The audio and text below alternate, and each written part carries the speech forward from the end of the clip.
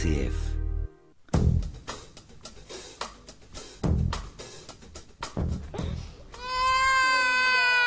Gaffe à l'avance, vas-y. Allez, Liam, tu vas? Et voilà, accroché à la main de sa maman, le petit Liam commence à s'impatienter. Sa mère discute avec la voisine et ça dure, ça dure. Non, mais tu peux pas rester tranquille 5 minutes, on va bientôt rentrer. Mais Liam sort tortille de plus en plus et ça va mal finir. Des scènes de ce genre, quel parent ne les a pas vécues et pas toujours bien gérées, faute peut-être de les comprendre. Pourquoi est-ce qu'elle dit toujours non? Pourquoi est-ce qu'il ne veut pas prêter ses affaires? Pourquoi mord-elle ses petites camarades ou met des heures à s'habiller? Comment décrypter tous ces comportements? Quels sont les besoins de ses enfants, leur évolution de 1 à 5 ans? Comment y répondre en tant que parent? Bref, enfant, mode d'emploi, c'est ce qu'on va voir aujourd'hui.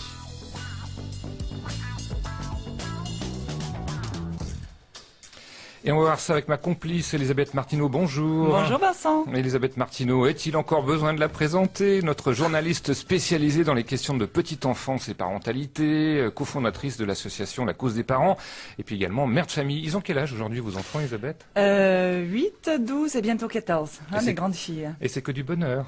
Que du bonheur, de plus en plus. On va le dire comme ça. Alors ensemble, nous allons co-animer cette émission. Et puis comme invité, je crois qu'on a trouvé l'une des meilleures, celle qui va sauver la vie de nombreux parents. Isabelle Fillosa, bonjour. Bonjour. Meilleure, ça me met en compétition. Tout de suite dans l'ambiance.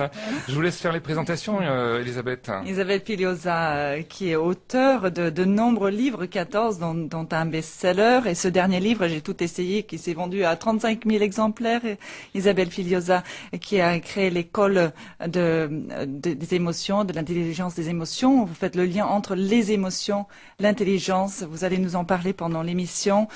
Vous êtes psychologue, psychothérapeute aussi. Vous donnez des conférences hier soir à Lyon devant 300 personnes. J'étais présente. C'était un très, très grand moment. Il faut dire que Elisabeth est emballée par votre livre. Hein. C'est vrai que vous avez une fan absolue là. Je suis emballée, surtout mes enfants sont emballés. J'en ai parlé tout à l'heure. Oui, c'est vrai que c'est un livre qui... Les enfants l'ont lu aussi. Oui. Les enfants, tout le monde peut lire, comprendre, c'est vrai que les images. Quand on le parcourt, hein, il est publié aux éditions Lattès, on peut tout de suite donner la référence. Quand on le parcourt avec ses dessins, ses exemples et puis ses commentaires, vraiment sans prise de tête, on se dit mais pourquoi on l'a pas eu plus tôt? Ça aurait été peut-être plusieurs dizaines de fessées pour les enfants et les prescriptions de Temesta pour les parents. Mais on a quand même des questions. Hein. Ça pose des questions aussi certaines choses, on va voir ensemble. Alors, comment traverser sans dommage la période de 1 à 5 ans? On va voir ça avec vous. Et puis, les questions, bien sûr, des auditeurs, auditrices. Vos questions, vos témoignages. Pourquoi il fait toujours ça? Pourquoi il fait jamais ça? Eh bien, on les attend. 04 72 38 20 23. Ou par courriel à votre service @rcf.fr. Et France, qui a été une petite fille modèle dans son enfance, eh bien, relayera vos messages à partir de 9h45. À votre service, Elisabeth Martineau, Vincent Bellotti.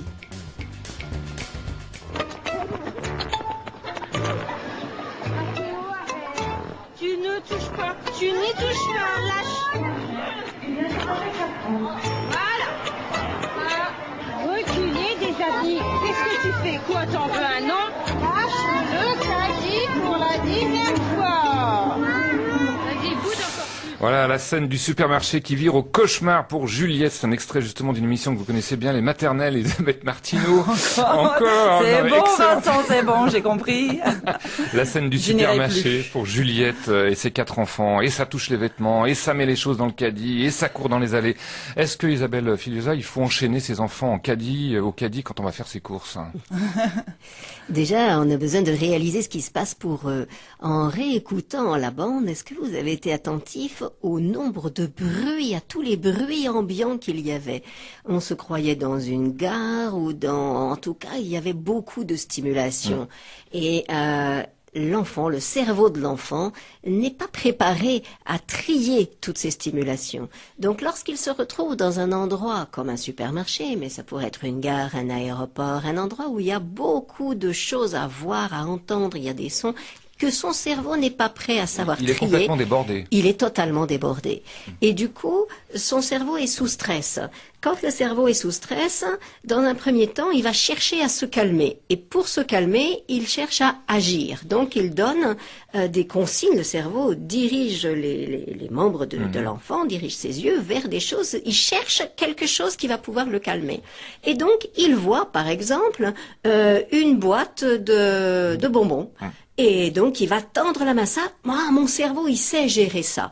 Et la boîte de bonbons donne une anticipation de plaisir, de récompense, de calme. Donc, je dirige ma main vers le... Et puis, j'ai vu que ma maman, elle fait pareil. Quand voilà, il y a aussi l'imitation, la maman qui touche tout. J'imite. Voilà. Maman, comme ma mère souvent ne m'explique pas, ou non, mon père non plus, ne m'explique pas, tiens, là, nous avons besoin de ça pour le déjeuner, donc je le prends. Je vois que ma mère a l'air de prendre toutes sortes de choses aléatoirement dans les rayons. Pourquoi je et fais donc, pas pareil? moi aussi. Voilà, je veux imiter ma maman. On a introduit les petits chariots en plus. Et ça, c'est très chouette. Ouais. Les petits chariots, c'est très chouette. Sauf que quelquefois, on dit, tu prends ton petit chariot, mais on ne donne pas de consigne à l'enfant. L'enfant, pour pouvoir trier les stimuli et ne pas se précipiter sur quelque chose qui ne va pas nous convenir à nous, il a besoin d'avoir une mission.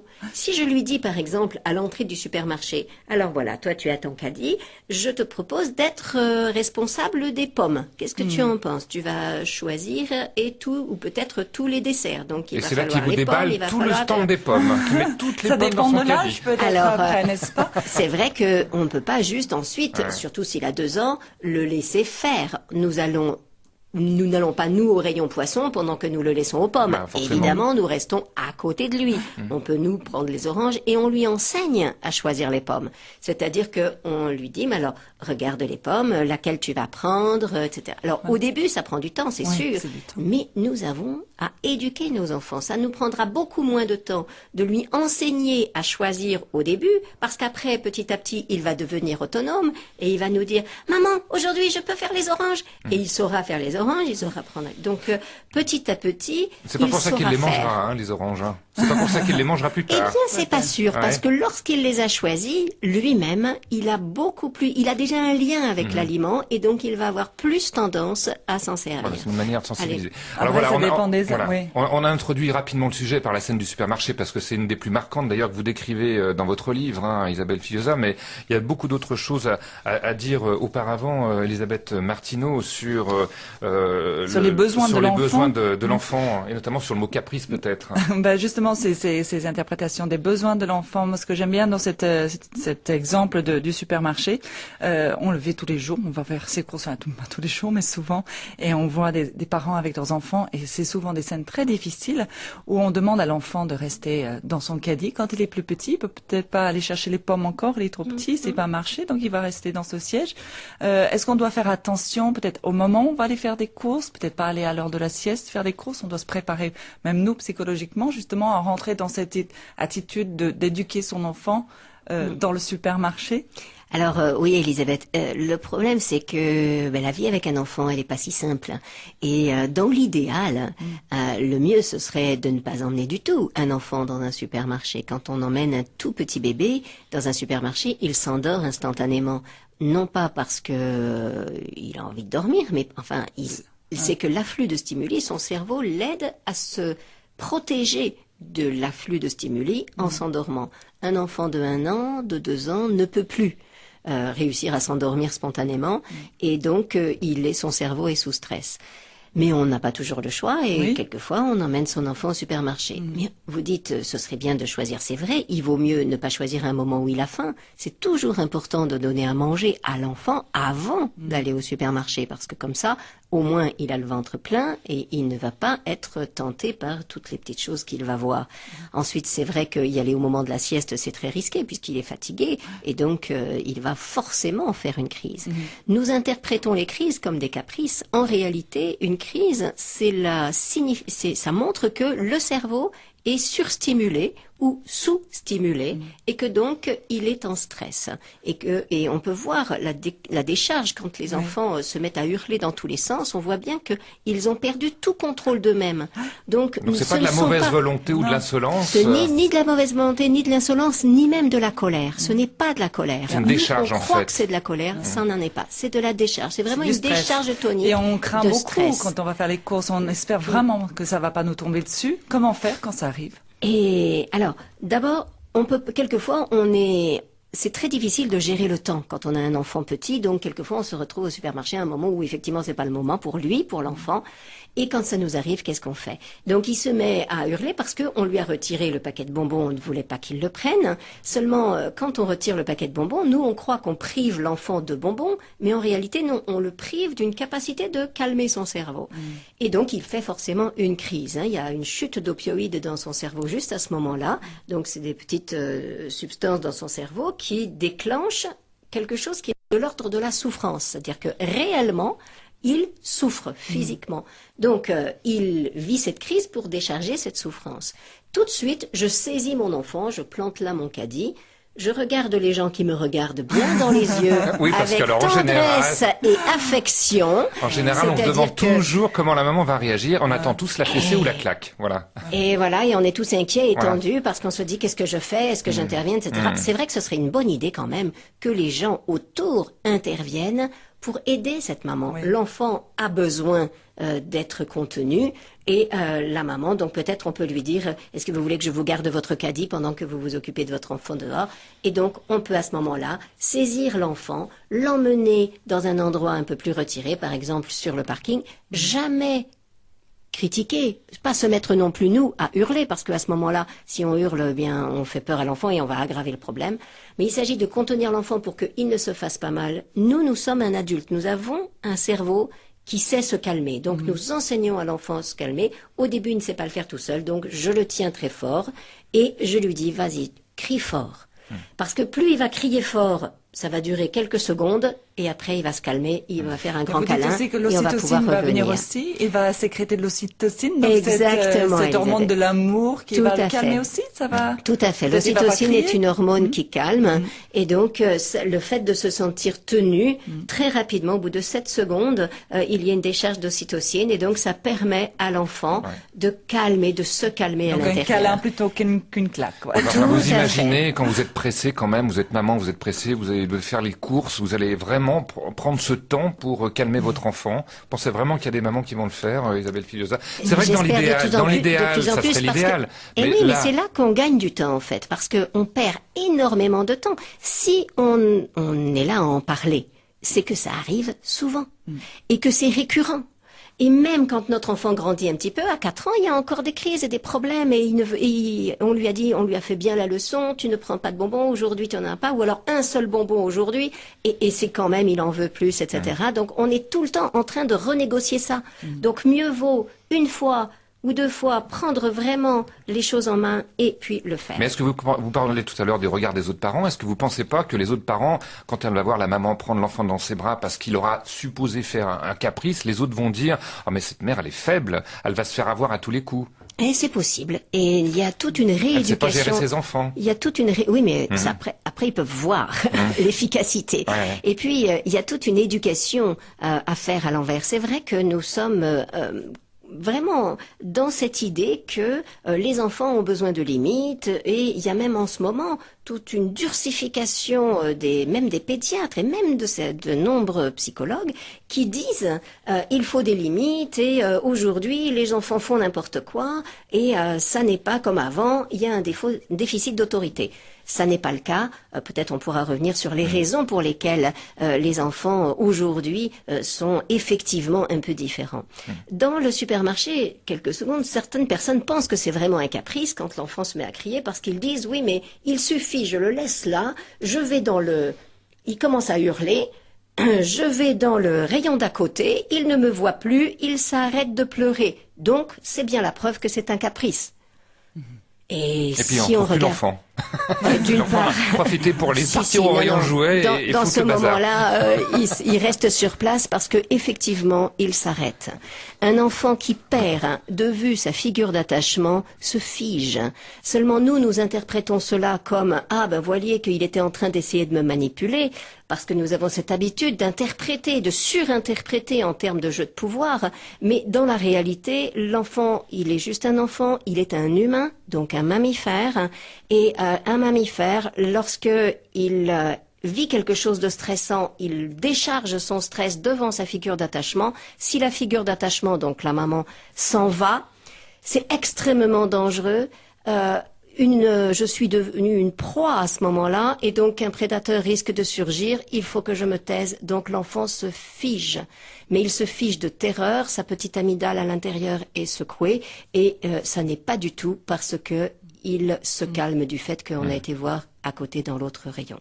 Alors on va continuer à parler justement, essayer de comprendre ces comportements d'enfants. On verra en fonction des âges, hein, Elisabeth Martineau, oui. Parce que les enfants ne réagissent pas de la même façon, n'ont pas la même maturité entre de 12 mois jusqu'à 5 ans. On va continuer avec vous, Isabelle Fillosa, et puis bien sûr les questions des auditeurs au 04 72 38 20 23.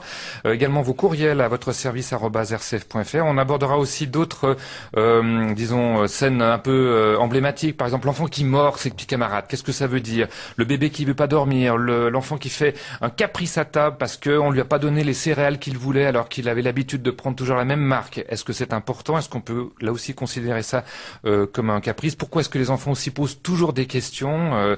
Voilà, donc toutes ces questions-là, eh bien on les abordera avec vous. Et puis je rappelle encore une fois avec vous auditeurs 04 72 38 20 23. On retrouve plein de situations qui sont décrites dans votre livre et notamment cette question des bêtises. Aujourd'hui, dans votre service, eh bien, nous parlons enfance. Enfance, comment comprendre le comportement de nos enfants de 1 à 5 ans, comment traverser cette période sans dommage. Eh bien, on essaie de décrypter ces comportements avec vous, Isabelle Filiosa, psychologue et auteur de J'ai tout essayé, qui est paru aux éditions Lattès, un vrai guide de survie pour les parents que nous sommes, hein, Elisabeth Martineau.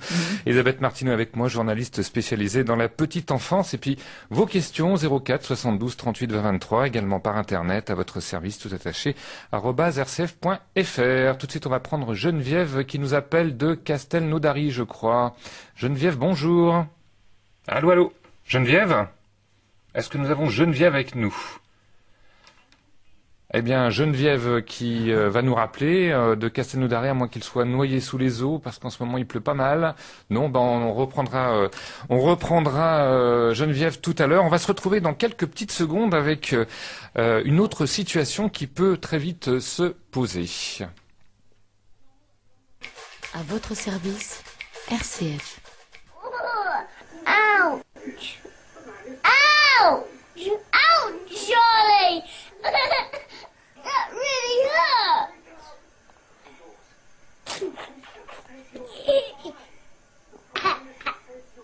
Voilà, alors vous n'avez pas l'image, mais moi je vais vous la décrypter. Et parce qu'elle est passée en boucle sur un site internet YouTube. Je sais pas si vous le YouTube. Voilà. Et donc c'est quoi? C'est un petit garçon qui a son petit frère qui est devant, qui est tout bébé et qui, pour s'amuser, lui met le doigt dans la bouche. Et le petit garçon, enfin le petit bébé, qu'est-ce qu'il fait? Bah, il appuie et ça fait très très mal. On vient de l'entendre. Pourquoi est-ce que les enfants mordent pas forcément à cet âge-là, mais un peu plus tard, Isabelle Fillosa? Mordent, tirent les cheveux. Alors, pour des raisons variées, à cet âge-là, là, il mordait très clairement parce que quelqu'un avait mis un doigt dans sa bouche et que quand on est bébé, eh bien, on ferme la bouche. C'est un réflexe. Oui, enfin, c'est un réflexe. Et puis on nous donne, c'est un endroit pour tester. Il y a plein de nos papilles nous permettent d'explorer. Donc, le petit enfant porte tout à sa bouche et va toucher et lécher. Et explorer avec sa bouche aussi. Lorsque un enfant mord, il n'y a pas avant l'âge de, je sais pas, 4 ou 5 ans, il ne va pas y avoir une intention de faire mal. L'enfant, on lui donne souvent des anneaux de dentition au moment où les dents se forment, et donc il apprend à mordre justement. On lui apprend à mordre. Il n'a pas conscience, au tout début, il n'a pas de dents, c'est petit à petit les dents viennent, les dents lui font un peu mal, on lui apprend à mordre pour sentir ses dents, donc il n'a pas notion que mordre est quelque chose qui ne va pas, puisque jusque-là, on lui a toujours dit, vas-y, mords, c'est une bonne chose de mordre. Ah, évidemment, quand il a mordu le sein, là, ça nous a pas plu, on a crié, et ça lui a fait peut-être un petit électrochoc de sentir que ça ne se passait pas comme les jouets, quoi. Les jouets, on peut mordre, et donc petit à petit, il va apprendre qu'il y a des choses qu'on peut mordre et des choses qu'il vaut mieux ne pas mordre. Il va voir la réaction de son frère, mais ça ne veut pas forcément dire, d'après ce que vous écrivez dans votre livre, ça ne veut pas forcément dire qu'il va avoir ça en mémoire, il va peut-être recommencer. 5 minutes après, il ne se souvient pas? C'est pas qu'il... Oui, enfin, en réalité, il se souvient, mais justement, il ne comprend pas que ça fait mal. Donc, il va le refaire parce qu'il a observé que quand il mord, ça fait un cri. Oui. Et donc, c'est intéressant, il est dans l'exploration, et donc il va de nouveau mordre pour pouvoir explorer. Après, il se passe quelque chose où quand même l'enfant peut se sentir humilié, il n'a pas encore la voix, il découvre quand même que le fait de mordre va lui donner du pouvoir sur les autres. Donc, quand il n'a pas encore la parole pour exprimer ce dont il a besoin, pour pousser les autres, pour réussir à être le premier, à avoir la place le premier sur le toboggan, etc., eh bien, il a cet outil à sa disposition qui est de mordre. Donc, il va le faire. Mais Donc ça n'est pas vous n'appelez pour pas ça faire mal. Voilà, c'est pas une caprice d'après vous, c'est parce qu'il n'arrive pas à le dire autrement. C'est parce qu'il n'arrive pas à le Voilà, dire mais autrement. Donc, notre rôle à nous, voilà. c'est de lui enseigner d'autres manières, de lui permettre de oui. comprendre que ça ne va pas du tout de faire ça On et n'a pas- il a d'autres manières. On lui dit, petit à petit. tu n'as pas le droit de mordre quelqu'un Tout d'autre. à fait. Voilà. Voilà. Alors, il y a beaucoup d'appels qui commencent à arriver au standard. On va essayer de reprendre Geneviève, je crois, qui était à Castelnaudary. Geneviève, bonjour. Bonjour monsieur. Alors, vous aviez un témoignage à nous apporter, je crois. Eh bien voilà, oui, On vous écoute. voilà. Alors, en tant qu'enseignante de maternelle, avoir eu le même enfant dans ma classe de l'âge de 2 ans jusqu'à sa sortie au cours préparatoire, je dois dire que la première chose, excusez-moi parce que je suis émue, Non, moi, je vous en prie. la première chose à faire, c'est qu'il faut montrer aux enfants et leur faire sentir qu'on les aime, si vous voulez qu'ils vous aiment. Parce que les enfants sont adorables, ils apportent beaucoup, beaucoup, beaucoup aux adultes qui savent les écouter, qui savent se mettre à leur place, qui savent jouer l'enfant qu'il est, ou les enfants qu'ils sont. Alors, vous aviez, je crois, un exemple à nous donner sur une façon d'éduquer en jouant, et on me signalait que vous coupiez votre radio. Enfin, ah non, alors, couper la radio, mais c'était pour pouvoir entendre. C'était pas un jeu, on coupait la radio. Vous aviez une manière d'éduquer en jouant, Geneviève. En me mettant à la place des enfants. Oui. Je joue l'enfant, si vous voulez. Je ne suis plus adulte, je suis une enfant. Par exemple, quand il y en a un qui fait quelque chose qui ne va pas, je me mets à faire comme lui. Alors je dis, regarde. Et puis alors si par hasard il a tapé son voisin, ou s'il lui a pris les ciseaux, ou le crayon, enfin bref, ou le pinceau, alors je fais pareil moi. Je me fais toute petite, et puis je vole son pinceau, ou je prends son crayon, il me regarde, il me dit, donne-moi. Non, tu ne l'auras pas. Pourquoi tu l'as pris à ton voisin? Il est à moi. Mais maintenant je dis, il est à moi, parce que toi et moi, c'est pareil. Toi et lui, c'est pareil. Et alors, à ce moment-là, toute la classe rit et on en profite pour raconter une histoire qu'on invente, bien entendu. D'accord. Alors, Voilà. je vais peut-être demander votre réaction, Isabelle Filleuza, cette enseignante. Eh bien, c'est super parce que effectivement, c'est un des outils magiques de la relation à l'enfant, le jeu. Et par le jeu, l'enfant comprend des tas de choses. Ce qui est très important là dans le témoignage de Geneviève, c'est que elle fait rire, mais pas rire de l'enfant. Quand toute la classe rit, il ne rit pas pour se moquer, il rit ensemble. On entend toute cette générosité, tout cet accueil, et elle a précisé que tout cela s'inscrivait dans un bain d'amour. C'est-à-dire que c'est vraiment une fois que l'attachement est véritablement sécure, qu'il n'y a pas de risque que l'enfant le prenne comme une moquerie, alors du coup, on peut lui enseigner des tas de choses grâce au jeu. Les enfants jouent énormément et le jeu n'est pas seulement du passe-temps. Le jeu, c'est vraiment quelque chose qui permet d'apprendre. Et quand Geneviève donc se met à la place de l'enfant où elle joue, elle le vit à l'intérieur ce que fait l'enfant. Du coup, elle permet à l'enfant de comprendre et d'identifier physiquement. C'est-à-dire que si elle avait dit les mots « Regarde ce que tu fais à Jules quand tu lui prends ses ciseaux, regarde ce que ça lui fait » avec des mots, l'enfant n'aurait pas compris. Mais si elle le montre dans ses gestes, Voilà, ils dans n'ont son pas la vécu, capacité de comprendre comme un adulte. et hein. non, ils sont encore trop petits. Ils n'ont pas ils comprennent les mots, mais ça ne descend pas véritablement dans une compréhension telle que nous, les adultes, on l'imagine. Et là, vous reparlez, Isabelle Filliosa, de ce cadre de sécurité. On a peur on parle souvent de poser des limites, de donner un cadre. Enfin, vous utilisez plus ce terme de cadre sécuritaire. J'aimerais bien que vous développiez un petit peu là-dessus. Oui, c'est-à-dire que trop souvent, on pense en termes de limites de ne pas. Voilà ce que ce qui est interdit. Or, une limite, un interdit n'est pas une limite. Un interdit, c'est en fait quelque chose qui est extrêmement dangereux parce que tous les enfants sont des humains et les humains ont pour caractéristique de se rebeller contre les interdits et de vouloir contrôler leur environnement. On n'aime pas les ordres. On n'aime pas. Et donc, dès qu'on donne un interdit à quelqu'un, regardez l'histoire de Barbe Bleue, il y a une seule porte interdite, et bien c'est vers ça qu'elle va se diriger.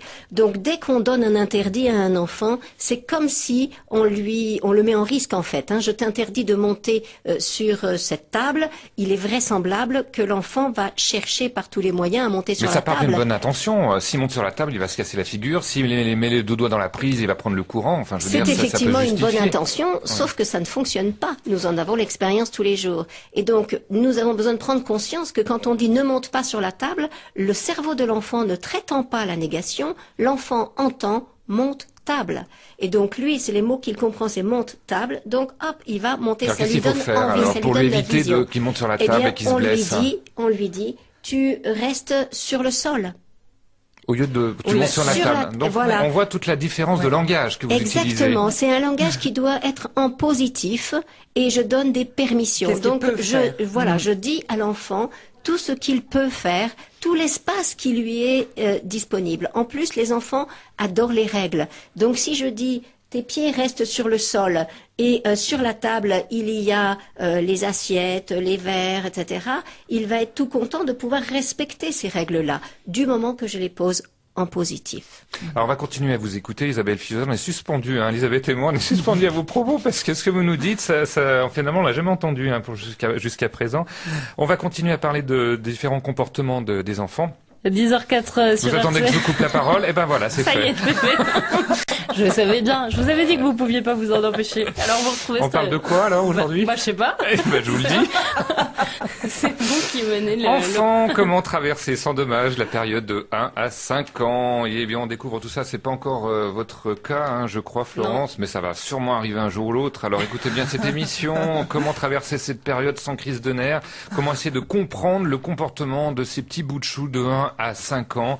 Eh bien, on essaie de décrypter tout ça avec Isabelle Fillosa, qui est psychologue et auteur de J'ai tout essayé, paru aux éditions Lattès, et puis également avec vous, Elisabeth Martineau, journaliste spécialisée dans la petite enfance. Et puis vos appels, vos questions, 04 72 38 23. On va prendre en ligne Hubert tout de suite, qui nous appelle de Grenoble, déjà depuis un petit moment, qui est en ligne. Hubert, bonjour. Oui, bonjour, bonjour. On vous écoute, Hubert. Voilà, écoutez, j'écoute votre émission en ce moment. Et Oui. dernièrement, j'ai été témoin de quelque chose dans une foire, ce qu'on appelle une vogue. Oui, à Lyon, on appelle ça une vogue, exactement. Ouais, des mômes qui étaient carrément fous, au milieu de la foule, du bruit, des lumières, des manèges. Et pourtant, c'était pour eux. Ah oui, mais alors attendez. Ouais. Là, il y avait une série de manèges pour tout le monde, les grands, les petits, les moyens. Et même les manèges pour enfants, c'était l'horreur totale. C'est vraiment pire que dans les grandes surfaces. Oui, tout à fait. Il y a encore Alors. plus de stimulation et c'est et les foires sont des idées des adultes pour faire plaisir aux enfants, mais ça surexcite leur système nerveux, bien sûr. Oui. Alors- Alors j'observais, il y avait même entre autres, enfin je veux pas trop prendre de temps, mais il y avait même un manège pour faire une vitrine attrayante. Il y avait un pendu, un mannequin pendu. Ah bon? Ouais, plutôt sanguignolant. Oui. Écoutez, avec ça, on se fait une société géniale. Le pendu, on peut y jouer, vous savez, c'est le petit jeu qu'on fait avec le papier et le crayon, mais ça en reste là. Alors, c'est vrai que c'est pas très ragoûtant. Oui, non, mais Mais on Hubert peut- a raison. C'est vraiment dramatique de voir la société que nous construisons et nous laissons des images violentes, des images pornographiques beaucoup trop facilement à la portée de nos enfants. Et c'est vrai que c'est un peu Mais pour inquiétant. revenir à la fête foraine, c'est quand même pour les enfants. On va quand même pas ne pas emmener ses enfants à la fête foraine. Enfin, je sais pas, Elisabeth, Non, vous avez je emmené suis- vos filles, non, vous aussi? Non, vraiment pas. Oui. Très peu. Oui, très peu. mais enfin bon, Oui. c'est quand même pour eux, Isabelle Fillosa. Oui, plutôt plus grand maintenant. Je les aimerais, mais petits, je pense. Voilà, c'est-à-dire que si on emmène des enfants petits, c'est plus pour se faire plaisir à soi, mais en réalité, les petits aiment un petit manège qui est là, mais toute une fête foraine avec l'afflux de bruit, la foule, les choses qui sonnent dans tous les sens, les musiques différentes, variées, etc. On peut s'attendre s'attendre à une crise. Donc ça ne veut pas dire on peut pas les emmener, mais si je les emmène, je sais que c'est naturel et normal qu'ils fassent une crise. Alors ce que je peux faire, c'est quand même tempérer et au moins ne pas trop donner de sucre. Sauf que dans une foire, qu'est-ce qu'il y a? Des barbes à papa, des guimauves, Parce que le sucre est énergisant, c'est ce que vous voulez dire. Le sucre est non seulement énergisant, mais donc il va donner envie, forcément, à partir du moment où je donne du sucre à un enfant, il va se mettre à courir partout. Vous imaginez le pauvre gosse, on va à la fête foraine, je te mets des boules de caisse, je te mets un bandeau sur les yeux pour pas que t'entendre, je te donne surtout pas de barbe à papa. Voilà. C'est quand même dommage. Donc, bien sûr, si nous décidons que nous y allons, eh bien, du coup, nous pouvons nous attendre à ce que pendant la foire, il fasse une crise ou alors après la foire. Il y a des enfants qui arrivent à contrôler, donc pendant, ils sont quand même là, ils mangent, ils boivent, ils vivent la chose, ils emmagasinent, mais le soir, on va avoir une crise. Et souvent, les parents ne comprennent pas, on a eu une journée délicieuse, c'était fantastique, tu as tellement aimé, tu as vu tout ce que tu voulais voir, on t'a fait plaisir, je t'ai tout donné ce que tu voulais, tu as eu droit à tout, tu as ton nounours, tu as tout ce qu'il faut, et pourtant tu fais une crise. Et donc c'est parce qu'on ne comprend pas que en fait c'est simplement que le cerveau de l'enfant est tout simplement surstimulé. Même sans parler de foire, quand on regarde les jouets qu'on propose aux petits bébés, les mobiles dans leur berceau, les jouets devant les poussettes, parfois on voit des poussettes super équipées avec le mobile, avec plein de lumière, plein de bruit. Qu'est-ce que vous en pensez, Isabelle Filiosa? Alors, si ça avait trop de lumière et trop de bruit, c'est embêtant. En même temps qu'il ait un mobile et quelque chose, surtout qu'il puisse manipuler, ça c'est utile.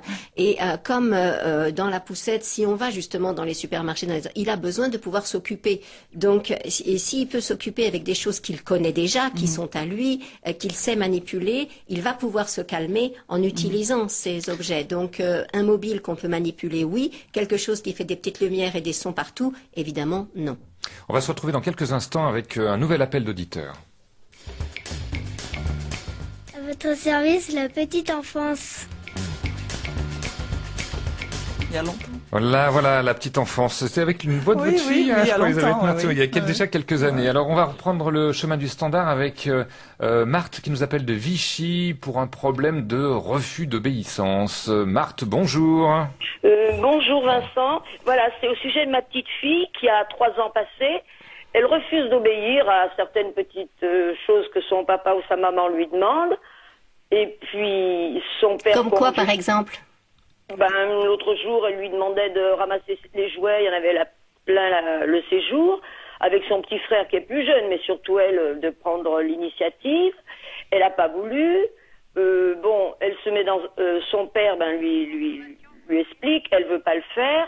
Alors il la met dans un coin un moment, il compte jusqu'à 7-8 qu'elle s'y mette, elle s'y met pas. Après il la met au coin, il lui dit de s'isoler, elle y va. Et puis après, il va vers elle, il lui parle gentiment, mais il la regarde bien dans les yeux. Et elle ne baisse pas les yeux, elle le toise. Et les parents sont sévères, tous les deux. Enfin, ils mettent des limites. Elle le toise, elle ne baisse pas les yeux. Et ça, mon fils ne le supporte pas parce que, elle a 3 ans, elle est du mois de mars. Donc, pour lui, c'est une preuve d'insolence, quoi. Une certaine façon. Et après, ça peut se finir par des pleurs. Alors, comment vous réagissez à ça, vous, madame? On a peur qu'en grandissant, elle leur prenne le dessus, puis elle leur dise, va te faire voir, moi, d'accord. Vous comprenez? Eh oui. Je pense qu'Isabelle Filiosa va avoir des pistes. C'est un trait de caractère. Pardon? C'est un trait de caractère, oui. Le père a un sale caractère, c'est ça que vous êtes en train de dire? Non, c'est pas mon fils. La maman a ce caractère un peu aussi. D'accord. Et alors, quand vous dites sale caractère, c'est un jugement. Et le problème des jugements, c'est que ça a tendance à adhérer et que ça devient comme des étiquettes et que les enfants sont extrêmement obéissants et ils obéissent aux étiquettes que nous mettons. Et donc, quand on dit d'une enfant qu'elle a un sale caractère, elle risque effectivement de construire un sale caractère. Donc, c'est vraiment important de regarder ce qui se passe. Donc là, le problème, c'est que le parent enseigne à l'enfant. À 3 ans, l'enfant imite énormément ses parents. Donc, lorsque le père ou la mère regarde l'enfant dans les yeux, prend un air autoritaire, l'enfant se dit « je dois faire pareil ». Et donc, elle le regarde bien dans les yeux. Ah, c'est une imitation, alors? Mais bien sûr, c'est une imitation. Les enfants, vous faites un grand sourire à un bébé, il vous sourit aussi. Vous le faites les yeux, on n'arrête pas, on joue à ça, à s'imiter les uns les autres. Et donc, quand le père vient gentiment, il lui parle gentiment, il la regarde bien dans les yeux, il est naturel et normal que l'enfant la regarde dans les yeux. Cette histoire de toiser ou de regarder dans les yeux ou pas regarder dans les yeux, c'est extrêmement culturel. Là, apparemment, ce père-là interprète comme de l'insolence. Mais il y a des familles dans lesquelles c'est exactement le contraire. C'est-à-dire, si l'enfant baissait les yeux, on crierait sur l'enfant, regarde, et tu baisses les yeux, tu n'oses même pas me regarder dans les yeux. Donc c'est vraiment quelque chose de culturel. Dans certaines familles, on doit regarder dans les yeux, dans d'autres familles, il faut baisser les yeux. Mais à 3 ans, elle ne sait pas encore dans quelle culture de famille elle est, et donc elle fait avec ce qu'elle a à l'intérieur d'elle. Elle refuse d'obéir, hein, nous Mais dit c'est une histoire de négation. Elle non refuse d'obéir, tous Ouais. les enfants sains refusent d'obéir, tous les humains refusent d'obéir.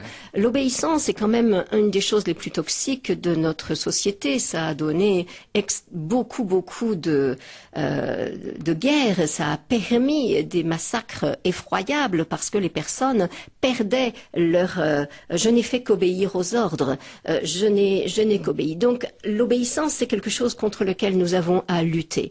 Donc c'est vraiment extrêmement important. Cette petite fille manifeste que elle est en train de construire son individualité. Ce que nous avons, nous, comme parents, à enseigner à l'enfant, c'est l'empathie pour autrui et la responsabilité. Nous avons l'impression que si nous empêchons, si nous permettons pas, si nous n'obligeons pas l'enfant à obéir, il va être un petit monstre. Ça n'est pas la réalité, c'est exactement le contraire.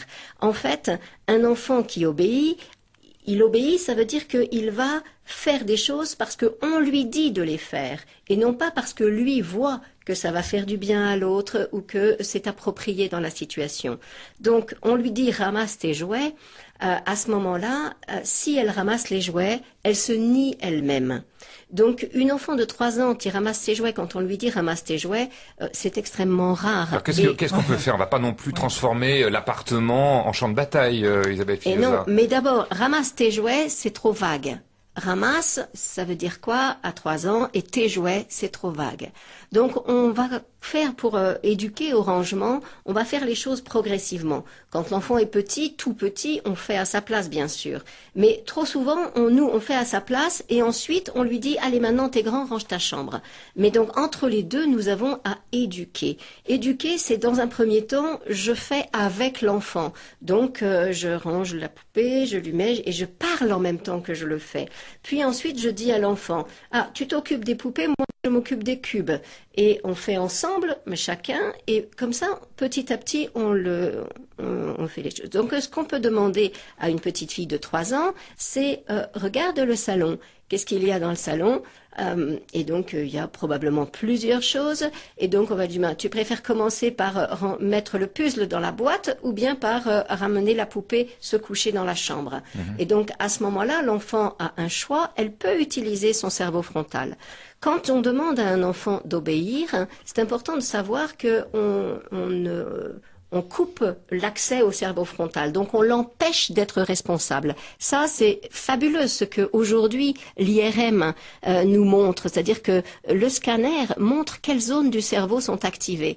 Or, on voit que quand on donne un ordre à un enfant ou à un adulte d'ailleurs, l'ordre est reçu par la zone verbale et directement le comportement est mobilisé. Donc, il n'y a pas d'accès à la zone frontale. Or, la zone frontale, c'est celle qui réfléchit à la pertinence des actes. C'est celle qui observe est-ce que mon action va être appropriée ou non. C'est celle qui manage l'empathie, c'est-à-dire qui s'occupe de que ressent l'autre en face de moi. Donc c'est ça, qu'est-ce que nous voulons nous en tant que parents? Notre intention, c'est que notre enfant devienne un être responsable, attentif à autrui. Et donc, quand je le fais obéir, je l'empêche de développer cette zone où il donc, va il faut lui proposer. Alors, il faut lui proposer à cet âge-là. C'est le mot éduquer que j'entends là-dedans. Oui. On oublie peut-être que notre rôle, c'est d'éduquer nos enfants. Est-ce que vous trouvez pas, Isabelle Filiosa, on a l'impression que des parents veulent que leurs enfants soient des mini-adultes en naissant, qui doivent tout savoir? Imaginez qu'une petite fille de 3 ans peut prendre l'initiative de ranger des affaires, surtout quand il y a un autre petit bébé qui peut-être lui aussi a mis un petit peu de choses par terre, toute seule, c'est penser qu'elle est déjà adulte. Et Or, parfois, elle quand ne il y a, l'est pas. oui, et dans une fratrie, quand il y en a un qui a 3 ans et l'autre qui a 1 an, celui ou celle qui a 3 ans semble énorme, c'est un grand enfant, alors que 3 ans, c'est encore petit. C'est encore tout à fait petit. On croit se que rend c'est compte grand, mais après. c'est petit. Ceci dit, les enfants dès 2 ans ont beaucoup d'ordre. Ils adorent l'ordre. Ils adorent ranger. Et Mais donc, ils ne savent pas forcément faire. ils savent c'est pas ça comment faire, mais ils savent ranger. Il y a qu'à voir comment ils sont quelquefois même obsessionnels à vouloir que leur nounours. Mais non, maman, c'est cette étagère-là, c'est pas celle-là. Et ils veulent vraiment mettre les choses sur l'une à côté de l'autre très précisément. Et quelquefois, nous, ça nous exaspère parce que c'est un petit peu trop précis. Mais donc, dans un premier temps, on va bousculer ces habitudes-là, et puis ensuite, on va leur reprocher de ne pas Voilà, pas et vous ranger. parlez beaucoup dans votre livre, dans vos conférences, du jugement qu'on peut avoir sur l'enfant, de l'estime de soi, qu'on a besoin de l'aider à construire. Et peut-être l'enfant, qu'est-ce qu'il peut ressentir quand il entend tu es insolent, tu ne ranges pas, ta chambre c'est vraiment pas bien rangé. Qu'est-ce qu'il peut ressentir? Vous dites souvent Est-ce qu'il dans le le livre, comprend, d'ailleurs on entend dans le livre souvent maman, je me sens mauvais. On c'est entend ça. cette phrase, en fait, parce Oui. que vous donnez la maman qui dit qu'est-ce que tu... Voilà, j'en lis un. Voilà, il y a une petite bande Qu'est-ce que dessinée, tu en fait, cherches? c'est des croquis. Je viens de te dire de pas le faire et tu le fais quand même. C'est un bon exemple. Voilà, je t'ai dit de ranger, tu ranges pas. C'est pas juste. Tu m'as demandé de ne pas toucher. Tout de suite, j'ai essayé.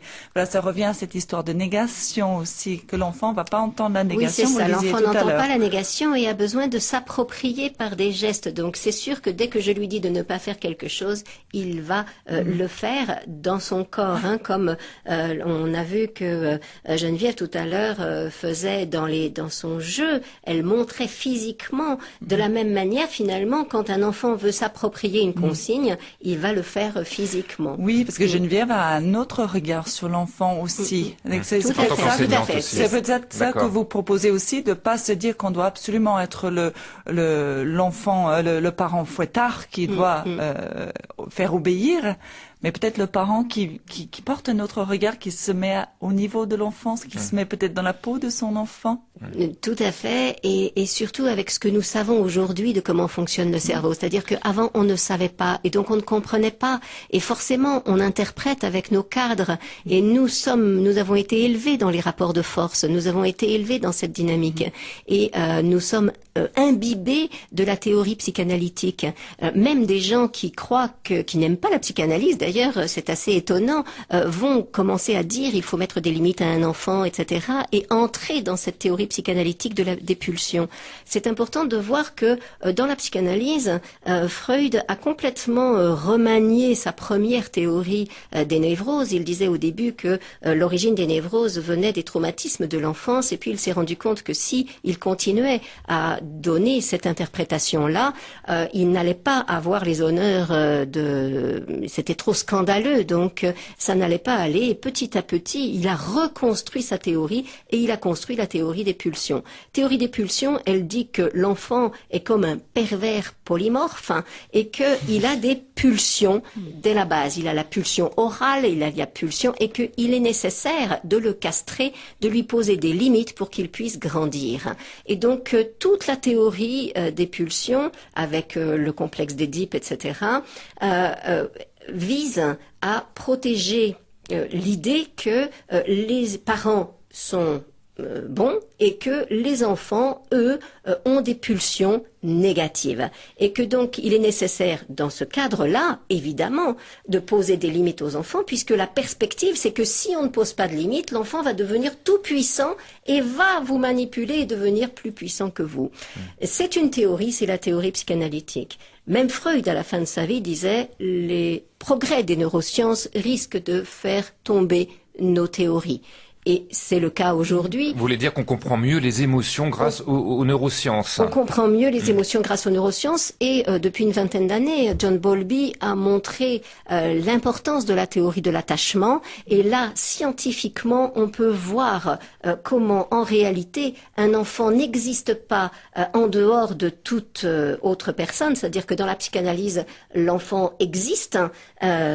Il a des pulsions. Dans la théorie de l'attachement, on va dire que l'enfant n'existe pas indépendamment de la relation qu'il établit avec autrui et qu'il a absolument besoin de se nourrir d'attachement. Il y a cet attachement entre la mère et l'enfant qui se construit dans les regards, dans les sourires, etc. et que c'est essentiel. Et grâce aux sciences, on sait maintenant qu'effectivement, quand la mère est dans cet attachement et qu'elle touche l'enfant, il y a cette ocytocine qui est partagée, etc. Donc c'est confirmé par toutes les découvertes scientifiques d'aujourd'hui. L'éducation, c'est une affaire d'hormones, alors finalement, Isabelle Filiosa. Bien sûr. C'est vrai qu'on savoir comment gérer les hormones.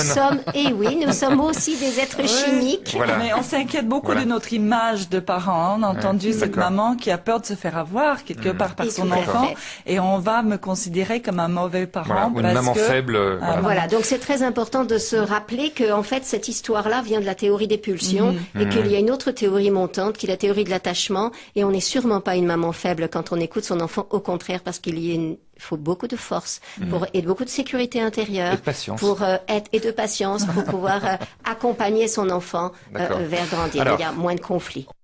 Continuer à revenir sur des situations très concrètes que vous évoquez dans votre livre, comme notamment la question des gros mots. Pourquoi est-ce qu'il dit toujours des gros mots? Enfin, je vais pas en citer à l'antenne, mais enfin, tout le monde aura compris.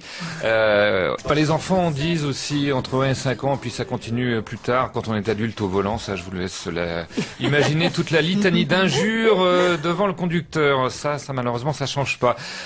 Aujourd'hui, dans votre service, on s'interroge comment traverser sans dommage cette période de 1 à 5 ans, quand on est parent avec ses enfants. Et on essaie de décrypter ces comportements avec Isabelle Filiosa, qui est psychologue et auteure de J'ai tout essayé aux éditions Lattès, et puis Elisabeth Martineau, journaliste spécialisée dans la petite enfance. On vient d'entendre cette chanson, Les gros mots, et vous l'évoquez, je crois, dans le livre, Elisabeth Martineau, vous l'avez lu comme moi. Pourquoi est-ce que les enfants disent toujours des gros mots, ou même des propos un peu scato, pipi caca, etc. Voilà. Alors,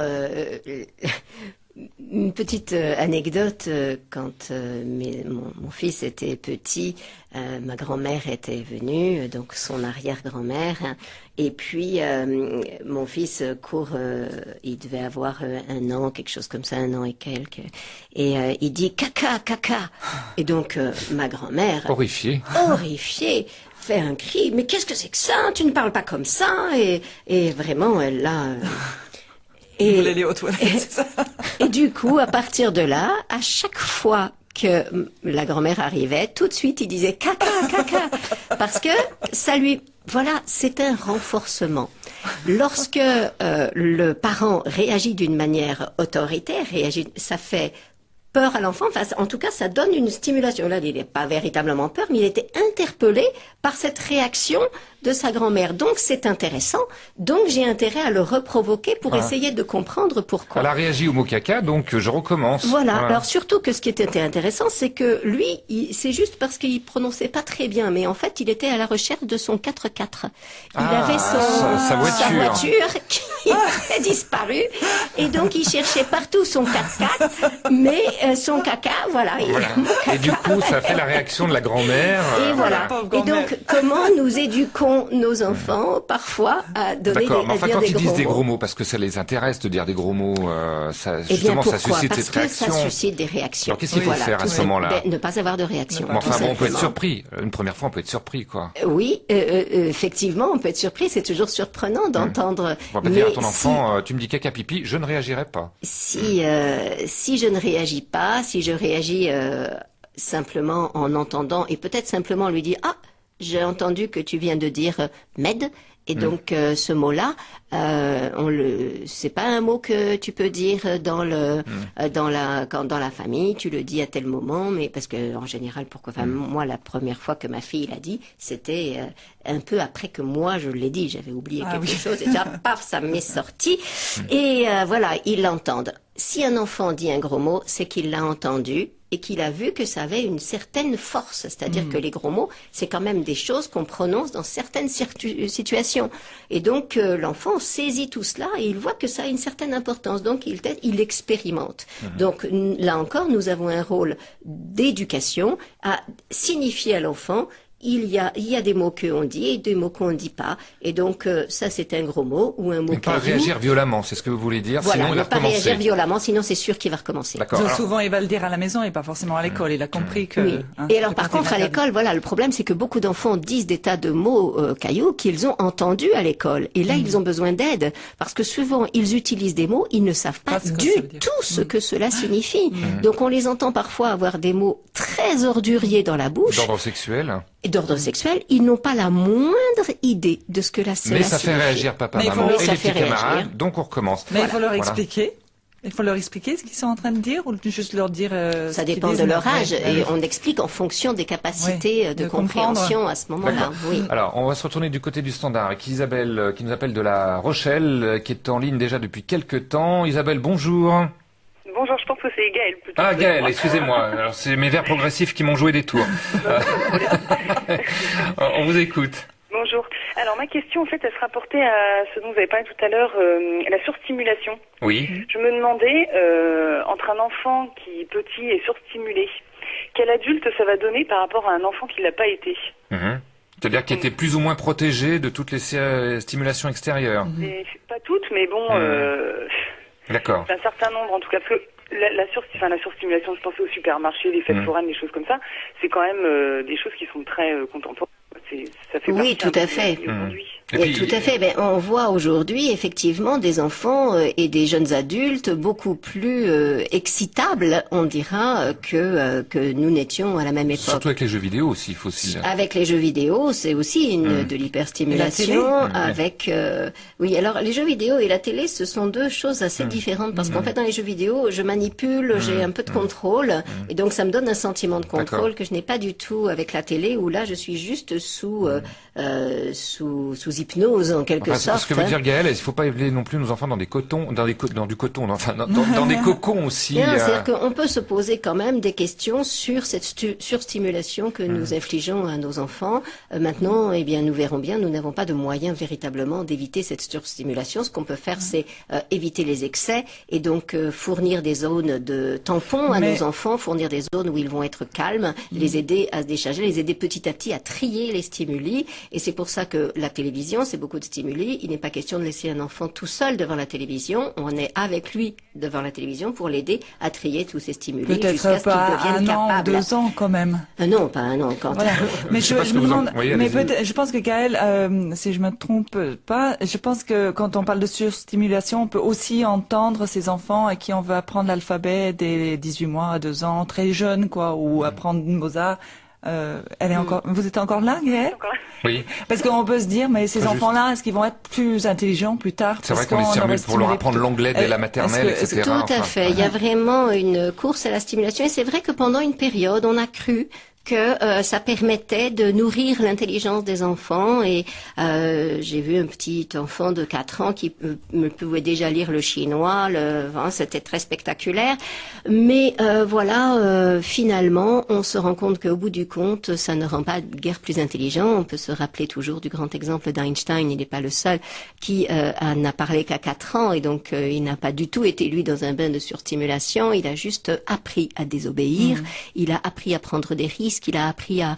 ses parents lui ont permis d'être différent et son côté désordonné lui a été parfois reproché, mais c'est grâce à cela qu'il a pu découvrir tout ce qu'il a découvert. Les jeunes qui ont les résultats scolaires les meilleurs aujourd'hui, c'est... ça m'échappe, c'est pas le Danemark, c'est à côté, là, La en Suède, Norvège. la Norvège. En Norvège, ils ont vraiment d'excellents résultats scolaires. Leurs enfants ne commencent pas à apprendre quoi que ce soit, lire, écrire et tout, avant l'âge de 7 ans. Et finalement, si on inflige aux enfants, et aujourd'hui, dès la maternelle, on va enseigner à lire et écrire aux enfants, les petites filles, ça va, elles ont un cerveau, elles s'adaptent, elles se soumettent, puis en plus, elles aiment bien faire plaisir aux professeurs.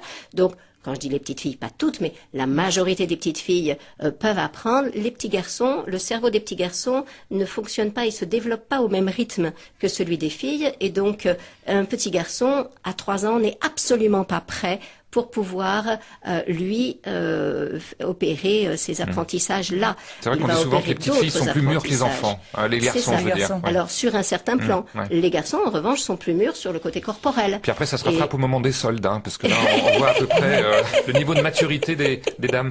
Mais voilà, mais ça souligne que ça n'est pas en termes de mieux ou moins bien, mais il est vrai que le cerveau se développe différemment, à un rythme différent, et c'est pour ça qu'aujourd'hui c'est un problème d'enseigner trop tôt les choses. Oui, alors, et peut-être... Non. Elisabeth, après pour revenir sur une situation très concrète. D'accord. Juste, je pense que ce qui mène à l'intelligence dont vous parlez dans ce livre, qui est aussi une intelligence émotionnelle, vous parlez d'un quotient émotionnel, c'est de stimuler ce cerveau frontal dont vous parlez en proposant à l'enfant de se poser des questions. Et ça, c'est très intéressant. Exactement. Au lieu de lui dire « mets tes bottes », je vais lui dire « regarde par la fenêtre, quel temps il fait ?» Et l'enfant voit, donc il va dire il pleut. Il va mettre ses tongs. Et du coup, on va lui demander, quand il pleut, qu'est-ce que tu mets? Et là, l'enfant est dans une dynamique de recherche. Il fait marcher son cerveau frontal, on voit s'activer le cerveau frontal, et il cherche à donner du sens, et il est tout content d'avoir la bonne réponse. Et il va donc mettre les bottes avec grand plaisir. Tandis que si c'est moi qui lui dis « mets tes bottes parce qu'il pleut », l'enfant n'a aucune liberté, pas de plaisir, et donc il va vraisemblablement se rebeller et mettre ses tongs effectivement, et se retrouver dans la rue avec ses tongs en se disant vraiment, peau de vache, ma maman ou mon papa, il m'a obligé à mettre mes tongs, alors que moi, j'aurais bien préféré avoir mes bottes. S'il mettait ses tongs, s'il mettait ses tongs dans cette situation-là, qu'est-ce que vous faites? Il est possible que cet enfant décide, malgré la pluie, de mettre ses tongs. Alors, ça dépend si c'est une pluie comme aujourd'hui où il fait chaud en même temps, pourquoi pas mettre les tongs. Oui, mais en plein hiver. Mais en plein hiver, c'est vrai que ça peut être problématique. En même temps, dans la réalité, l'enfant n'en arrive à ce point de jeu de pouvoir, parce que là, c'est du jeu de pouvoir, que si nous, adultes, nous nous inscrivons dans le jeu de pouvoir. Donc, ce qui est très important, c'est de ne pas en arriver là. C'est vraiment de se mettre avant dans une dynamique où on va permettre à l'enfant de choisir par elle-même, parce que sinon, on va rentrer dans des conflits terribles. Et donc, si il arrive et prend eh bien, qu'est-ce qu'on fait nous? On le laisse sortir avec ça et on lui dit, tu as le droit de rechanger. Je prends les bottes. On prend les bottes à la main. Et au bout de 3 secondes, il va mettre les Vous imaginez quand vous avez 5 ou 6 enfants c'est encore mieux, bien sûr, parce que le grand peut prendre les bottes. La patience, toute cette... Les 5 ou 6 enfants... Cette nouvelle approche que vous proposez. Les personnes qui ont 5 ou 6 enfants, ils se disent... ils réalisent, en général, tous me le disent, c'est parce que moi j'en ai que 2, mais que c'est presque plus facile avec 5 ou 6 parce que il y a toute une émulation, les plus petits font la même chose que les grands, etc. Donc finalement, non, c'est multiplié entre 1 et 2, entre 2 et 3, surtout si on a des jumeaux, alors là c'est très très difficile, mais à partir de 3, ça a l'air de se calmer un petit peu, de s'organiser différemment, parce que du coup ça devient un groupe, les enfants. Les grands deviennent un peu un modèle pour les petits Tout aussi. Tout à fait, donc c'est différent. Je vous propose de revenir à une situation un peu concrète, et c'était passé dans une émission de télévision assez célèbre, je vous propose d'écouter. À votre service, quand la radio devient votre radio. Non, m'en voulez. C'est qu'ils sont normaux. Eh ben, j'ai que ça. Je vais pas te le répéter depuis tout à l'heure. Non, je ne veux pas de J'en ai pas d'autres. Le caprice se prolonge et Monique cède face à sa fille. Voilà, vous avez peut-être reconnu le ton de les émissions de M6. C'était à la grande époque de Super Nanny. Je sais pas, vous étiez cliente, Isabelle Filiosa, de Super Nanny, non? J'avoue que non. Non, bon. En tout cas, l'extrait qu'on a choisi, c'est simplement pour vous dire que c'est une petite fille qui a 3 ans et qui n'a pas eu son bol de céréales avec la marque habituelle. Et donc, elle se rebelle et sa maman, finalement, va céder et va aller acheter le paquet de céréales qu'elle a l'habitude de consommer. Alors, comment est-ce qu'on peut réagir? Qu'est-ce qui se cache derrière ce comportement? Est-ce que c'est un besoin de rituel de se sécuriser par la même marque, Isabelle Filiosa? Eh bien, tout à fait. Les enfants sont extrêmement conservateurs et ils aiment avoir des repères. Et c'est vraiment utile d'avoir des repères et C'est habituel, c'est comme ça, c'est le rituel. Surtout 2 ans et demi, 3 ans, on commence à sortir un petit peu des rituels normalement, mais 2 ans et demi, vraiment, ils adorent les rituels et c'est vraiment important que les choses soient figées. Maintenant, de temps en temps, on n'a pas les céréales. Voilà. Qu'est-ce qu'on fait alors? Il y a un autre problème qui se passe avec les céréales, hein, parce que je ne sais pas de quelles céréales il s'agit, mais s'il s'agit des céréales du supermarché, ces céréales provoquent des addictions et donc elles sont pleines de sucre et pleines de choses qui ne sont pas très saines pour les enfants et donc les enfants vont les réclamer parce que c'est une addiction. Et donc là, et non pas un rituel. Et non pas forcément un rituel. C'est-à-dire qu'il n'y a pas seulement l'aspect rituel, il y a, et c'est peut-être pour ça que ça déclenche une telle crise, hein, c'est que comme l'enfant s'attend à l'afflux de sucre dans son sang, il y a une anticipation de son corps et donc effectivement il produit déjà des opioïdes dans son cerveau, qui est le système de récompense qui se met en route. Et donc, il éprouve déjà du plaisir rien qu'à voir la boîte de céréales ou à s'attendre à ce que les boîtes de céréales arrivent. Et lorsqu'elle n'y est pas, alors il y a une chute brutale de ces opioïdes qui met le cerveau encore là sous stress intense et l'enfant risque d'entrer dans de l'hypoglycémie et donc avoir des réactions d'opposition, beaucoup de choses que nous appelons des colères, de l'opposition, etc., sont en fait, en réalité, parce que nous sommes aussi des êtres physiologiques et chimiques, simplement motivés par une chute ou un afflux de sucre dans le sang. Donc les céréales, on évite au petit déjeuner. Je pense que ce serait une bonne idée de cesser de manger des céréales au petit déjeuner et de donner... Mais alors, imaginons, dans cette situation, les parents vont interpréter ça comme l'enfant fait une caprice, encore une fois. Alors que ce que vous êtes en train de nous dire, c'est que c'est pas ça du tout. Et que l'enfant est en train de faire une réaction au sucre, à une dépendance au sucre. Peut-être, je dis, c'est une des possibilités. Là, je n'ai pas beaucoup d'informations. Il se peut aussi, parce qu'on entend dans le petit extrait que vraiment, l'enfant est ronchon depuis le tout début.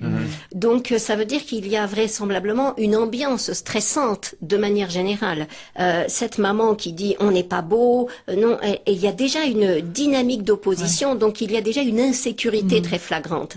Donc, lorsque l'enfant se sent en insécurité de cette manière, elle va vraisemblablement râler et se plaindre sur à peu près n'importe quoi. L'enfant qui passe une mauvaise journée à l'école va faire une crise sur un biscuit cassé, comme c'est Alita Solta qui parle du biscuit cassé. Tout à fait. Et quand elle va chercher les céréales, ça ne va calmer que très courtement. C'est-à-dire que ça va lui faire son afflux de sucre, etc. Mais il est vraisemblable que cette petite fille va refaire des crises toute la journée. Donc l'idée, c'est de chercher la cause et non pas résoudre les faits. Tout à fait, Elisabeth. Alors on va tourner notre page musicale et puis après on abordera d'autres thèmes et puis voir aussi en fonction des âges, hein, parce que les âges et les besoins sont différents, et bien comment est-ce que ça se passe. Et puis il y a un courriel d'auditeur qu'on a reçu, je vous en livrerai lecture dans quelques instants. Comment comprendre le comportement de nos enfants entre 1 et 5 ans? Eh bien on fait le tour de la question avec Isabelle Filiosa qui est psychologue et auteur notamment de J'ai tout essayé aux éditions La Tête. C'est pas le premier que vous avez écrit, Isabelle Filiosa, il y en a plein d'autres. Hein. Il y a il y a Arrête d'embêter ta sœur, je crois. Non, arrête d'embêter ton frère et laisse ta sœur tranquille. Voilà, c'est un livre d'une collection que je dirige.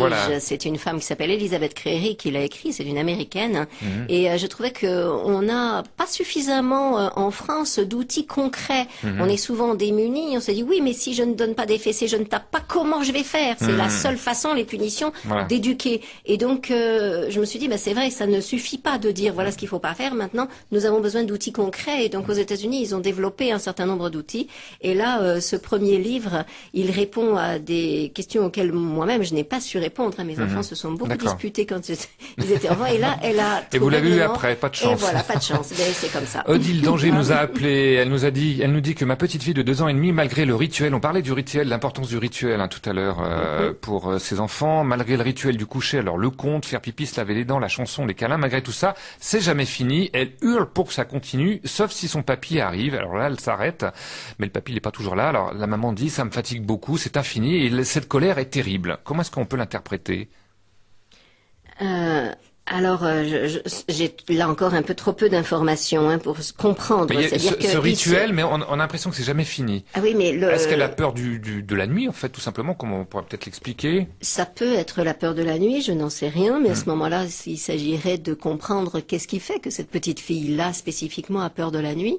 Mais si elle fait une très très grosse crise à chaque fois, c'est devenu une partie du rituel. C'est-à-dire que le rituel, c'est pas seulement le rituel que nous on met en place, mais si dans le rituel l'enfant a installé qu'elle crie et que du coup maman câline et qu'elle recrie et que maman câline, ça fait partie du rituel avant de s'endormir.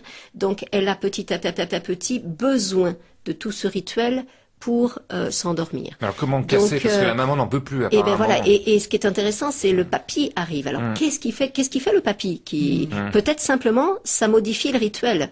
Et donc du coup, alors peut-être elle pourrait modifier l'heure du coucher.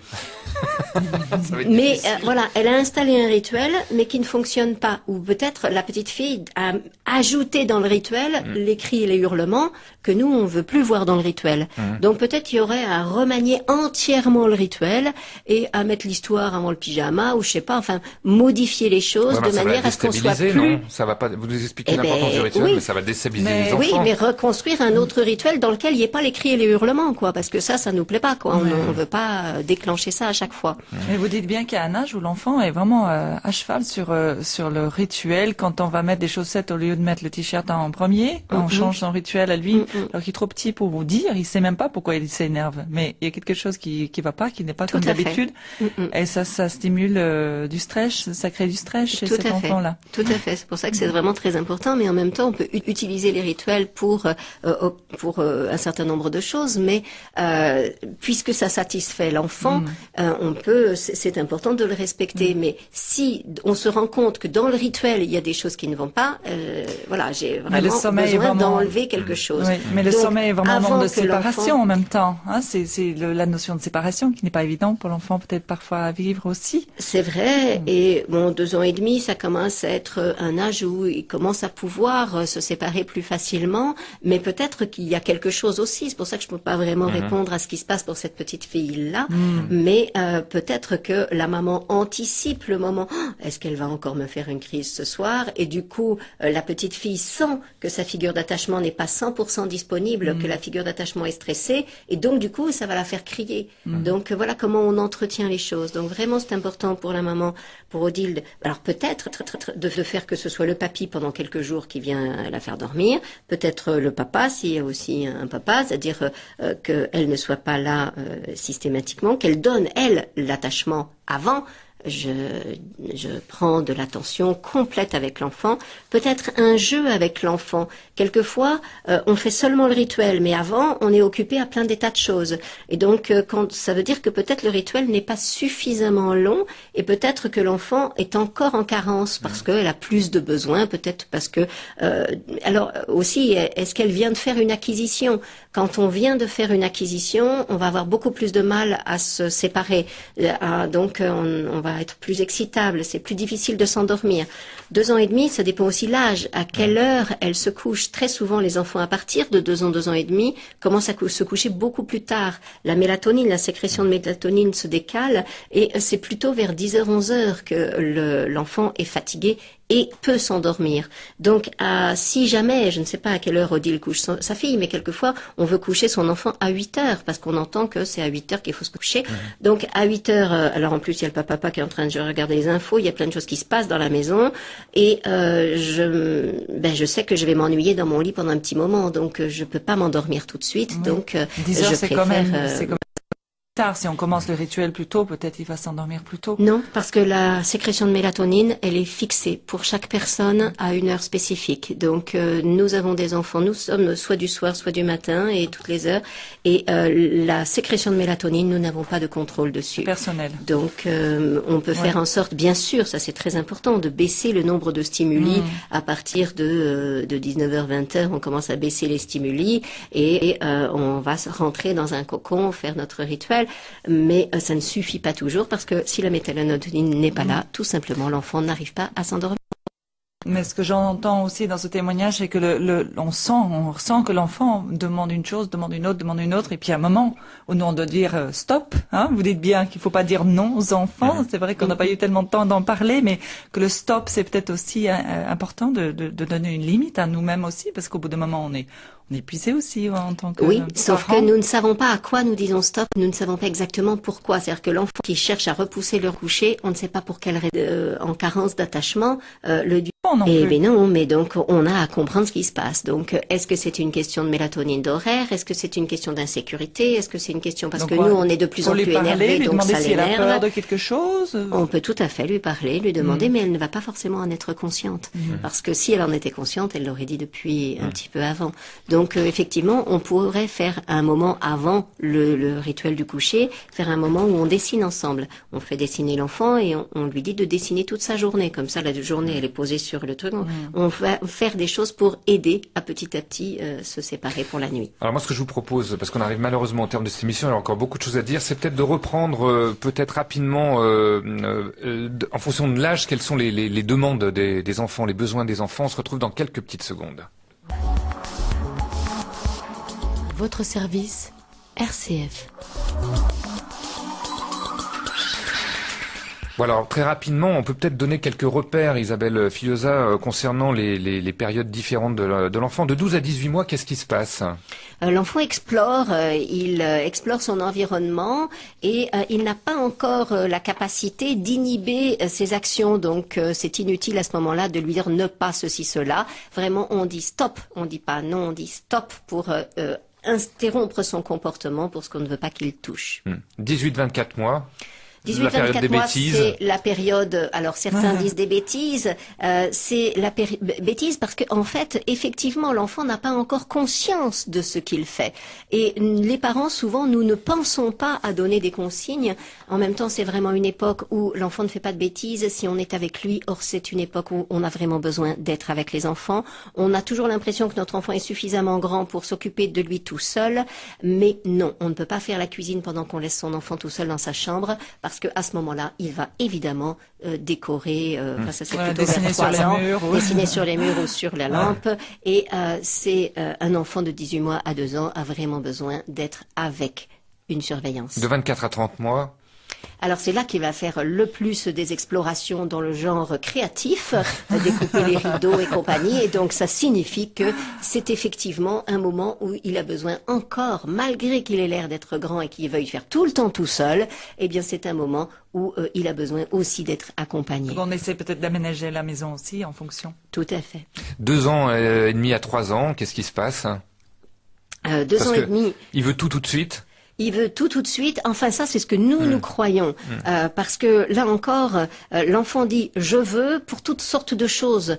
Il va dire « je veux », mais en fait, pour dire « j'aimerais »,« je pense à »,« j'imagine »,« je me fais des images de »,« tu te rappelles, papa, la cerise qu'il y avait sur le gâteau », ça ne veut pas forcément. Donc, « je veux une cerise » peut vouloir dire « tu te rappelles la cerise qu'il y avait hier » ou alors « demain, la cerise ». L'enfant à cet âge-là n'a pas encore de notion de hier, demain, compagnie. Et quand tout ce qui est l'imaginaire ou la réalité ne fait pas la différence, il dit je veux pour tout ça. Donc nous avons à décoder et à ne pas croire quand l'enfant dit je veux des céréales qu'en réalité il veut des céréales. Donc on peut lui dire. Donc on peut lui dire ah tu aimerais ou tu penses à des céréales. Ouais, au lieu de tu l'auras pas de toute façon. Voilà. Et donc je veux ma maman. Ah, tu es en train de penser à ta maman. Tu aimes beaucoup ta maman. Raconte-moi ta maman. Qu'est-ce que tu penses qu'elle est en train de faire, ta maman, là, tout de suite? Au lieu de ça, mais non, ta maman, tu sais bien qu'elle va revenir tout à l'heure, etc. Et qui ne fait que... Alors, je voudrais juste conclure en disant, il y a un auditeur, Jean-Luc, qui nous dit que finalement, il adhère pas trop à vos théories. Si l'enfant ne peut pas comprendre, d'abord, il l'explique, et puis si il veut pas comprendre, eh bien, on passe à un autre niveau, c'est la sanction et la fessée qui marque l'autorité du parent, de l'adulte. Je ne vois pas comment apprendre autrement le respect de l'adulte et ça doit s'apprendre dès le plus jeune âge. Donc la fessée finalement. Alors déjà, adhérer à une théorie, c'est vrai que c'est très difficile quand on a toute sa vie été baigné dans une théorie de adhérer à une autre. Et donc vraiment c'est important de ne pas adhérer et de tester ce que je propose. Parce que c'est vrai que c'est révolutionnaire. C'est vrai que ça va à l'encontre de tout ce que nos parents nous ont toujours dit, de tout ce qu'on qu'on a entendu de partout et de tout ce qu'on entend encore aujourd'hui sur la plupart des radios. Merci de me permettre de dire, d'avoir une autre ils trouvent voix. que les parents sont beaucoup trop permissifs, donc c'est pour ça qu'il y a un laxisme. C'est effectivement le langage actuel. En même temps, si vous écoutez ce langage et qu'on revient il n'y a serait-ce que 50 ans, eh bien c'est ce qu'on disait aussi vis-à-vis des femmes. Et on disait, si vous voulez avoir une femme obéissante, quel autre moyen vous pouvez avoir que de la frapper? Et c'était naturel, c'était normal, c'était quelque chose qu'on pouvait faire. Je relisais récemment un livre, j'oublie le nom tout de suite, mais vraiment, c'était pareil. Donc aujourd'hui, nous en sommes culturellement là, encore à croire que les enfants n'ont pas d'âme, que les enfants n'ont pas une personnalité et qu'on peut leur taper dessus comme si c'était des objets. Voilà, les femmes, on a réussi à montrer que nous étions des êtres humains. Les enfants vont gagner ça. On vous dira qu'une fessée n'a jamais fait de mal à personne. Et puis, surtout pas aux parents qui peuvent se défouler un peu. Voilà, c'est ça. Ça fait surtout du bien aux parents, mais ça ne sert que aux parents. Et en fait, ça montre quoi qu'en fait, très mal. Et même, monsieur, vous n'avez oublié ça parce que vous me l'avez lu en entier, le mail tout à l'heure. Le mail dit, j'en ai souffert. Donc, c'est quand même important d'entendre ça. J'en ai un certain nombre de mauvais souvenirs. Aujourd'hui, je ne regrette rien de cette éducation stricte. Et oui, bien sûr, mais il y a les mauvais souvenirs. Et les mauvais souvenirs, ce sont des blessures. Alors on arrive au terme de cette émission, Elisabeth. Le temps a passé très vite, c'est trop court. On aurait bien aimé détailler plus certaines situations concrètes. On peut peut-être rappeler les coordonnées, les titres. Oui, donc j'ai tout essayé d'Isabelle Filiosa chez J.S. Lattès. Illustré par Anouk Dubois, hein, il faut bien la mentionner parce que les dessins sont vraiment excellents. Et puis un livre qui vient de sortir dans la collection d'Isabelle Filiosa présente. Arrête d'embêter ton frère, laisse ta sœur tranquille, chez Lattès toujours. Donc c'est Elisabeth Crary. Voilà. Et puis Merci vous êtes aussi beaucoup, vous êtes aussi, voilà, vous donnez plein de conférences, hein, on peut vous retrouver un peu partout. Puis vous êtes aussi. Demain soir, je vais être à Romans. À Romans, donc en Isère. Ce soir, Romans en Isère. Donc vous avez un site aussi, on peut vous suivre. Tout à fait, filiosa.net. Voilà, filiosa.net. Et puis vous êtes été publié assez récemment dans Famille chrétienne aussi, sortir du tout autorité. Merci Isabelle Filiosa, merci Elisabeth Martineau. On se retrouvera la semaine prochaine pour À votre service. Alors là,